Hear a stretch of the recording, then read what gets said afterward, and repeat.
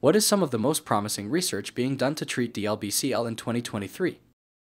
One of the most advanced treatment, the more promising treatment for DLBCL, other than the standard that we have, are immunotherapies. So try to to put the immune system work against the lymphoma. So the way to improve immunity and attack the lymphoma. So we have different ways to do that. But one of the ways is to administrate immunotherapy, like antibodies, specific antibodies, and also CAR T cells. They are, cells, T cells, they are immune cells that are engineering to go and attack the lymphoma. We're looking for ways to improve how this treatment works.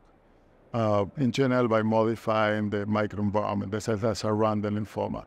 So the treatment can go more directly to attack the lymphoma cells and more effectively. So I think the most exciting thing that happened in the last 5 years is the advent of engineered cell therapy in the form of CAR T cells to treat DLBCL in the relapsed setting.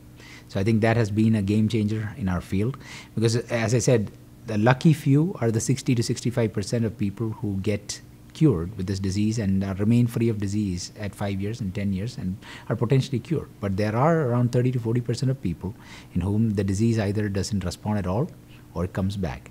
And usually the disease comes back within the first 2 years after you finish treatment. So previously we only had more chemotherapy and stem cell transplant as the only option for those patients. And that is shifting, and at least for people in whom the disease comes back within the first year, now the standard of care for patients who can get CAR T cells is to move to CAR T cells. And that has been a game changer. So what is most exciting for me is how we can adapt and move the CAR T revolution, including the other competing group of treatments called bispecific antibodies, into more upfront lines of treatment to cure more people, so that we move that 65% needle up to 90 or close to 100% in the future. So CAR T basically stands for chimeric antigen receptor. That's what CAR stands for, and T cell therapy. So what that basically does is this technology uses the patient's immune system, and we use their T cells, which are re-engineered or by genetic engineering, to change them to something called as armored T cells or engineered T cells, which can seek and attack the hiding B lymphoma cells in the body. The current challenges of CAR T cells, it's not available throughout the country. There is an access issue. Not everybody who needs CAR T cells can get to CAR T cells, and it's a very expensive process. And the 3 to 5 weeks of manufacturing time, some of the patients with very aggressive disease cannot really wait for those cells to come back, and we have to find some ways to keep them pasted together while we wait for the cells to come back. And that's where other newer techniques of either other forms of cell therapy or other form of immunotherapy will possibly revolutionize the field.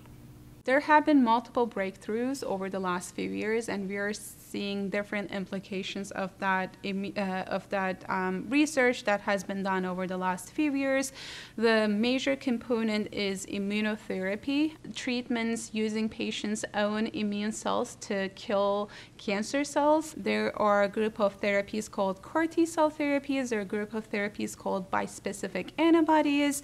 These are approved for relapsed refractory patients starting from the second line, but current research is incorporating these treatments to the frontline setting for patients that were never treated before, and that is very exciting, and that could improve the 60 to 70% cure rate over the next few years if these treatment modalities work better in untreated patients.